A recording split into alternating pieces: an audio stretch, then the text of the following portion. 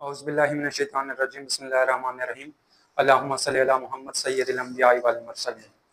My self Ahmad Hasan Abbasi, instructor mathematics. Students, हम कर रहे थे 9th class mathematics new syllabus exercise 1.1 question number 4 में लास्ट टाइम हमने properties of real number for equalities पढ़ा था। आज का हमारा टॉपिक है प्रॉपर्टीज ऑफ इनइक्वालिटीज।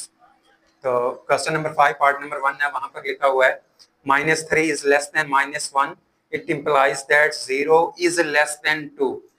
ये जो हमारे पास इनइक्वालिटी दी हुई है जिसमें लेफ्ट साइड -3 राइट साइड -1 से लेस है पड़ी, कहता है कि इसमें आपने कुछ ऐसा मैथमेटिकल ऑपरेट करना है कि ये इंप्लाई करे, हमें आंसर दे 0 लेस देन 2। तो उसके लिए हम लॉजिकली ये बात कर सकते हैं कि अगर इसमें भी हम प्लस का 3 कर दें और इस साइड पे भी 3 को प्लस कर दें, दोनों साइड पे अगर 3 को प्लस किया जाए तो इनइक्वालिटी पे कोई फर्क नहीं पड़ेगा। -3 + 3 इक्वल्स टू -1 + 3।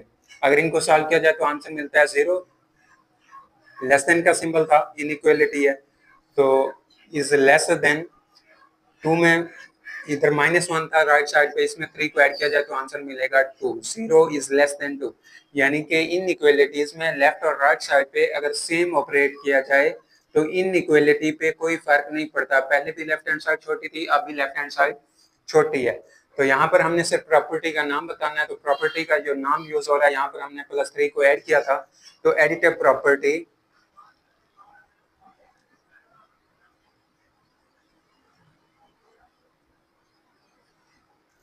इस प्रॉपर्टी का नाम है additive property of real number. इसके बाद है पार्ट नंबर 2। पार्ट नंबर 2 में लिखा हुआ है if a is less than b then 1/a is less than 1/b। यहाँ पर देखें जो कंडीशन दी हुई है इनइक्वालिटी में, a is less than b, a b से छोटा है। अगर कोई भी मैथमेटिकल टर्म दी हुई है उसका डिनोमिनेटर नहीं लिखा हुआ तो उसका डिनोमिनेटर 1 होता है, ये एक अंडरस्टूड बात है। तो इसको हमने रेसिप्रोकल लिए हैं, इसका डिनोमिनेटर 1 था, b का भी डिनोमिनेटर 1 था, तो हमने न्यूमरेटर को डिनोमिनेटर बना दिया, डिनोमिनेटर को न्यूमरेटर बना दिया, तो रेसिप्रोकल लिए हैं। जब किसी भी इनइक्वालिटी का रेसिप्रोकल लिया जाता है तो इनइक्वालिटी पे कोई फर्क नहीं आता। अगर बोथ साइड्स को रेसिप्रोकल लेंगे, लेफ्ट साइड का भी राइट साइड का भी, तो इस प्रॉपर्टी को हम नाम देते हैं रेसिप्रोकल प्रॉपर्टी।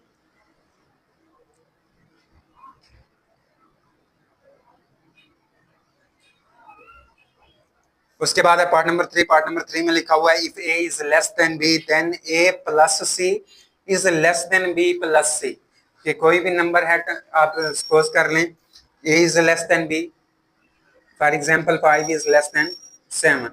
अब दोनों साइड पे आपने एक जैसा नंबर ऐड करना है, कोई भी बिलफर्ज अगर हम 1 को भी ऐड करते हैं, 5 + 1 is less then 7 + 1, implies that 5 + 1 6 is less then 8। तो पहले भी लेफ्ट हैंड साइड स्मॉलर थी, अब भी लेफ्ट हैंड साइड स्मॉलर है। अगर दोनों साइड पे सेम ऑपरेट किया जाए तो उसको हम लेफ्ट और राइट साइड पे इनइक्वालिटी में कोई फर्क नहीं आता। तो ये एडिटिव प्रॉपर्टी है पार्ट नंबर 1 की तरह, additive property.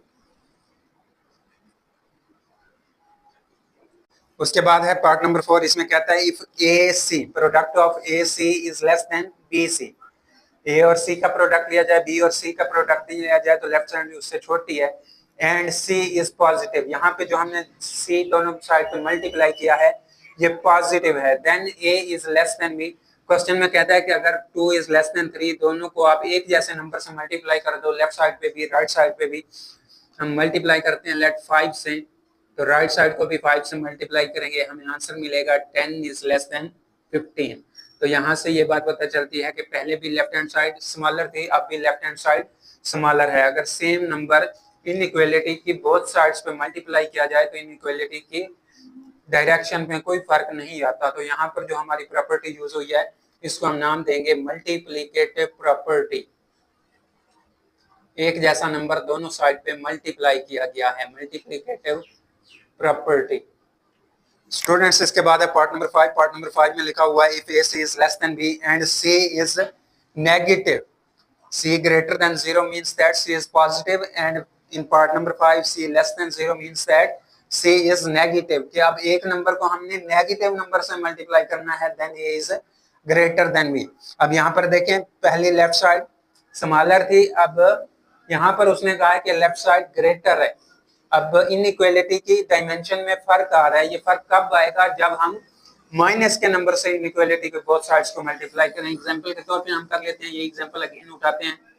2 is less then 3, दोनों को मल्टीप्लाई करते हैं। 2 मल्टीप्लाई बाई -5 लेस, और राइट साइड को भी -5 से मल्टीप्लाई कर देते हैं। तो 2 5s आर -10, 3 -5s आर -15। अब यहाँ पर अगर देखा जाए तो -10 -15, इनमें जो बड़ा नंबर है वो -10 और स्मॉलर नंबर जो है -15।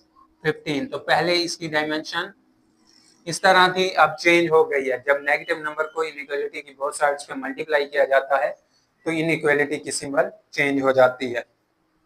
तो ये भी वही मल्टीप्लिकेटिव प्रॉपर्टी है, मल्टीप्लिकेटिव प्रॉपर्टी ऑफ इनइक्वालिटीज। उसके बाद लास्ट पार्ट है, लास्ट पार्ट में उसने कहा हुआ है if a is less than b और a is greater than b और a is equal to b। तीन बातें करता है, तीन बातों में कहता है कि तीन में से कोई एक बात पॉसिबल है। अगर आपके पास 10 और 20 रुपए का नोट है तो आप अगर उनका कंपैरिजन मवासना करना चाहें तो आप एक बात बोल सकते हैं कि 10 20 के बराबर नहीं है, या 10 20 से कम है, या तीसरी बात हम कर सकते हैं कि 10 20 से ज्यादा है। एट अ टाइम हम तीन में से कोई एक बात पॉसिबल कह रहे हैं। तो इस प्रॉपर्टी को नाम दिया जाता है trichotomy, trichotomy property of inequalities. ये था हमारा क्वेश्चन नंबर 5। इसके स्टूडेंट्स क्वेश्चन नंबर 6 में उसने लिखा हुआ है insert two rational numbers between 1/3 and 1/4। 1/3 और 1/4 के दरमियान हमने नातिक अदद बताना है। आपने एक 1/3 1/4 ये प्लेन में एग्जिस्ट कर रहे हैं, इनके दरमियान वाले दो नंबर ढूंढ के देने हैं। वो दो नंबर कौन से होने चाहिए? रेशनल नंबर होने चाहिए। रियल नंबर दो तरह के होते हैं, रेशनल और इरेशनल। रेशनल नंबर ऐसे नंबर होते हैं जिनको हम बटा की शक्ल में लिख सकते हैं, which can be written in the form of p/q as a fraction where p/q belongs to integer and q does not belong to 0। दूसरे नंबर होते हैं इरेशनल नंबर, वो ऐसे नंबर होते हैं उनके लिए हमने तीन तरह की पहचान याद की है। पहली पहचान ये थी कि स्क्वायर रूट के अंदर कंप्लीट स्क्वायर नहीं होना चाहिए। दूसरी पहचान ये थी कि नॉन टर्मिनेटिंग फ्रैक्शंस में आफ्टर डेसिमल नंबर्स रिपीट नहीं होने चाहिए। और तीसरी उसकी पहचान ये थी कि जितने भी मैथमेटिकल कांस्टेंट है जैसे आइलर नंबर है या पाई है, ये सारे इरेशनल नंबर होते हैं। तो यहाँ पर दो रेशनल नंबर दिए हुए हैं और दरमियान में दो रेशनल नंबर ढूंढ के देने हैं। तो अगर इनकी एवरेज निकाल ली जाए तो इनके दरमियान वाला नंबर मिलेगा। एवरेज निकालने का तरीका ये होता है कि पहला नंबर प्लस दूसरा नंबर डिवाइडेड बाय 2। तो इसमें फर्स्ट नंबर है, या आप लिख भी सकते हैं average of 1/3 and 1/4 is equal to 1/3 plus 1/4। इस सारे को डिवाइड कर दें 2 पर। इस फॉर्म में भी लिखा जा सकता है, या इसकी अल्टरनेट फॉर्म ये भी हो सकती है 1/3 प्लस 1/4, इसके अगर ब्रैकेट लगा के डिवाइडेड बाई 2 के ये पूरे का पूरा इस 2 पे डिवाइड होना है। अब इसको सॉल्व करते हैं। 3 और 4 का अगर एलसीएम लिया जाए तो 12 आता है। उसके बाद इससे अगला स्टेप ये होता है सॉल्व करने के लिए, एक तो मेथड ये है कि आप दोनों के डिनोमिनेटर्स को सेम कर लें। अगर ये नहीं तो दूसरा मेथड ये है कि एलसीएम को अंदर रखें और डिनोमिनेटर पे डिवाइड करें। जो आंसर है 12 को 3 पे डिवाइड करें, आंसर 4 आएगा, उसको न्यूमरेटर से मल्टीप्लाई कर दें। उसके बाद प्लस का ऑपरेशन है, ऑपरेशन लगाएंगे। अब एलसीएम को अंदर रखना, दूसरे फ्रैक्शन के डिनोमिनेटर पे डिवाइड करना है। 12 को डिवाइड करेंगे 4 पे 3 आएगा, उसको न्यूमरेटर से मल्टीप्लाई करना है। 3 1s आर 3, और ये सारे का सारा किस पे डिवाइड हो रहा है? 2 पे। इसको सॉल्व करते हैं। 4 1s are 4 plus 3/12 divided by 2, 7/12। Divide को जब मैथमेटिक्स में मल्टीप्लाई में चेंज किया जाता है तो इस फ्रैक्शन को उलट किया जाता है। इसका डिनोमिनेटर नहीं है तो डिनोमिनेटर 1 होगा। जब इसका रेसिप्रोकल लेंगे तो 1/2। तो यहाँ से हमें आंसर मिलेगा 7/24। अब ये पहला रेशनल नंबर है जो इन दो नंबर्स के दरमियान में आता है। इसको अगर देखें तो बटा की फॉर्म में फ्रैक्शन में है, दोनों इंटीजर्स हैं और डिनोमिनेटर भी 0 नहीं है, तो यानी कि ये रेशनल नंबर इसका आंसर आया। अब यहाँ पर देखें ये वाला रेशनल नंबर इन दो रेशनल नंबर्स के दरमियान में, हमने दूसरा नंबर भी फाइंड करना है। अगर यहाँ पर 7/24 आता है तो अगर इन दो नंबर्स की अब एवरेज ले ली जाए तो इनके दरमियान वाला रेशनल नंबर मिल जाएगा। now we have to find the average of 7/24 and 1/4। Average लेते हैं 7/24 प्लस 1/4 और कंप्लीट को डिवाइड करेंगे 2 पे। उसके अगला नंबर फाइंड करने के लिए एवरेज ऑफ 7/24 एंड 1/4, इन दो की एवरेज लेते हैं 7/24 प्लस 1/4 और इस सारे को डिवाइड कर देंगे 2 में। अगर इसका अल्टरनेट फॉर्म में लिखा जाए तो ये बन जाएगा 7/24 प्लस 1/4 कंप्लीटली डिवाइडेड बाई 2। अब इन दोनों का एलसीएम लेना है, 4/24 का फैक्टर है बड़ा तो 24 एलसीएम आ जाएगा।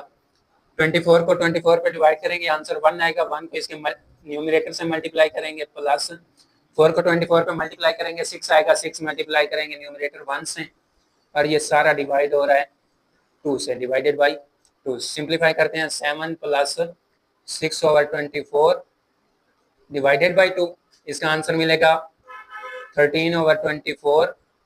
डिवाइड को जब मल्टीप्लाई में करेंगे तो ये 1/2 बन जाएगा, रेसिप्रोकल ले लिया है। 13/24 मल्टीप्लाइड बाई 1/2, अगर इसको सॉल्व किया जाए तो 13 1 जार 13/24 2 जार 48। ये हमारा सेकंड रेशनल नंबर है। अब इसका आंसर देना है हसन। पहला जो हमें रेशनल नंबर मिला है वो है 7/24 एंड 13/48 आर required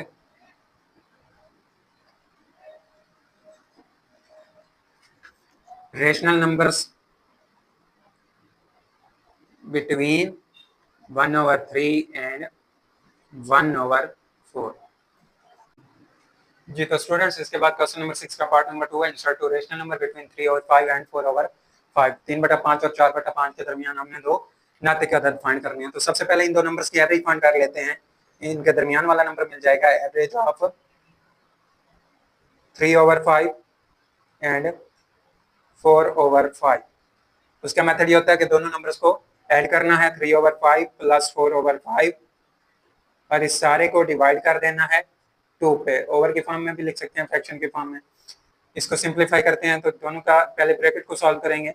5 और 5 का अगर एलसीएम लिया जाए तो 5 आता है। 5 1 जार 1, 5 1 जार 5, 1 आंसर मिलेगा। 1 3 जार 3 प्लस 4 डिवाइडेड बाई 2।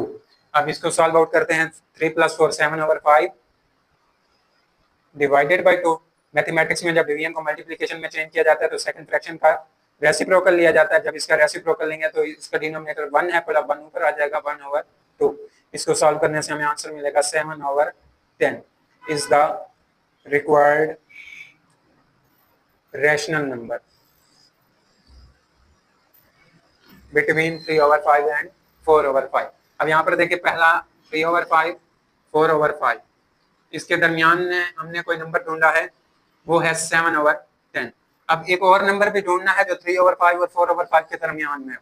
तो इसी तरह एवरेज ली जा सकती है। आप 3/5 7/10 की एवरेज भी निकाल सकते हैं, 7/10 और 4/5 की एवरेज भी निकाल सकते हैं। इनके दरमियान में भी रेशनल नंबर हैं, इनके दरमियान में भी हैं, तो हम इनका एवरेज निकाल लेते हैं। अगर पहले दो नंबर्स की एवरेज निकाली जाए तो यहाँ पर लिखेंगे एवरेज ऑफ 3/5 एंड 7/10। इनकी भी निकाली जा सकती है, इनकी भी, किसी को भी सॉल्व किया जा सकता है। तो इसकी एवरेज निकालते हैं। मेथड वही है, दोनों नंबर्स को ऐड करेंगे, 3/5 प्लस 7/10। ऐड करने के बाद इस सारे को डिवाइड कर देंगे 2 पे, क्योंकि जिनकी एवरेज निकाली जाती है दोनों को प्लस करके 2 पे डिवाइड किया जाता है। हमारे पास फ्रैक्शंस थी तो दोनों फ्रैक्शंस को ऐड करके हम 2 पे डिवाइड कर देंगे। एलसीएम लेंगे 5, 10 का फैक्टर है पड़ा तो यहाँ से हमें एलसीएम 10 मिल जाएगा। 10 को अंदर रख के 5 पे डिवाइड करेंगे, एलसीएम को अंदर रखा जाता है, डिनोमिनेटर पे डिवाइड करते हैं, जो क्वोशिएंट आता है उसको मल्टीप्लाई करते हैं न्यूमरेटर से। 5 2 जार 10, 2 को मल्टीप्लाई कर देंगे 3 से, प्लस 10 को 10 पे डिवाइड करेंगे 1 आएगा, 1 को मल्टीप्लाई कर देंगे 7 से, डिवाइडेड बाई 2। सॉल्व करेंगे 3 2 jar 6 plus 7 1 jar 7/10 divided by 2। 6 plus 7 13/10। Divide को जब मल्टीप्लाई में करेंगे तो सेकंड फ्रैक्शन का रेसिप्रोकल लेंगे 1/2। रेसिप्रोकल लेने से हमें आंसर मिलेगा 13/20। ये सेकंड रेशनल नंबर है, इज रिक्वायर्ड रेशनल नंबर। अब यहाँ पर देखें दोनों बटा की फॉर्म में है। फ्रैक्शन का न्यूमरेटर और डिनोमिनेटर दोनों इंटीजर हैं और डिनोमिनेटर 0 के बराबर नहीं है, तो इसका आप सोल्यूशन लिख सकते हैं। पहला आंसर मिला था 7/10 and 13/20 are required rational numbers between 3/5 and 4/5.